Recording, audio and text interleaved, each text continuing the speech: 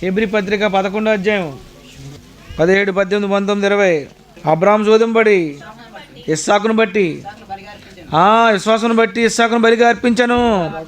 ఎవడా వాగ్దానం సంతోషంతో అంగీకరించునో ఇస్సాకు వలన నీ సంతానం అనబడునని ఎవరితో చెప్పబడును. ఆ అబ్రహాము మృతులను సైతము లేపుటకు దేవుడు శక్తివంతుడని ఎంచిన వాడే. జాగ్రత్త వినండి, అది అండర్లైన్ చేసుకోండి. మృతులను సైతము లేపుటకు దేవుడు శక్తిమంతుడు అంటే దేవుని అబ్రహాముకి ఏమి నమ్మకం ఉంది? మృతులను సైతము లేపుటకు శక్తిమంతుడు. ఇది ఎందుకు వచ్చింది ఈ మాట ఇక్కడ? నా కొడుకుని దేవుడు అడిగాడు బలిమ్మని, నేను చంపేస్తాను.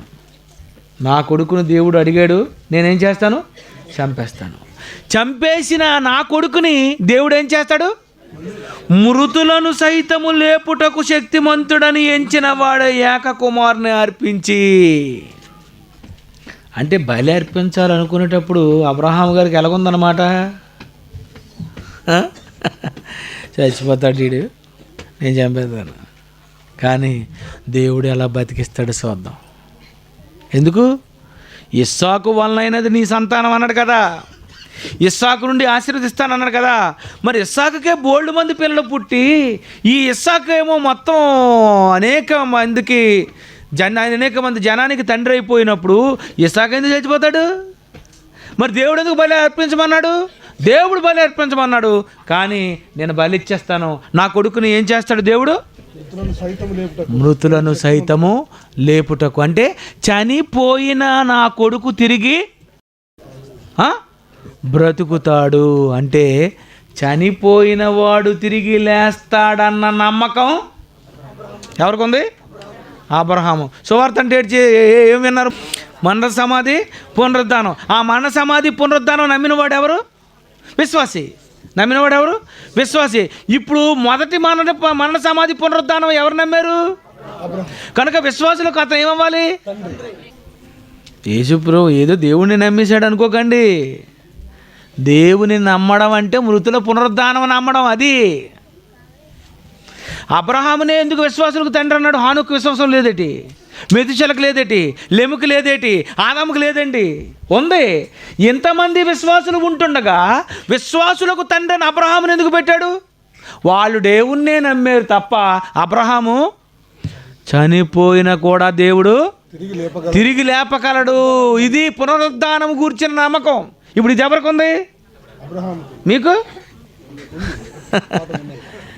మీకు ఉంది, నాకు ఉంది. అంటే దేవుణ్ణి ఇప్పుడు ఎందుకు నమ్ముకోవాలి? చనిపోయినా తిరిగి మళ్ళీ బ్రతికిస్తాడు. నువ్వు చచ్చిపోతావా? నువ్వు చచ్చిపోతారు. మళ్ళీ యేసుప్రభు రాకడలో ఏమవుతుంది? లేస్తావా? అంత నమ్మకం ఉందా? అంతేనా? అంటే దేనికి నమ్మాలి దేవుణ్ణి? నన్ను తిరిగి బ్రతికిస్తాడని నమ్మాలి. ఇది నమ్మకం. నిన్ను తిరిగి బ్రతికిస్తాడని నమ్మకం ఉండాలి నీకు. నిన్ను తిరిగి బ్రతికిస్తాడని నమ్మకం నీకు ఉండాలి. దేవుడు నన్ను బ్రతికిస్తాడనే నమ్మకం ఉండవలసినది అందరికీ. నెంబర్ 1. నెంబర్ 2, నమ్మిన నీవు మరొకడు నమ్మిన వానితో కలిసి ఉండాలి. నెంబర్ 2. ఇది లింక్.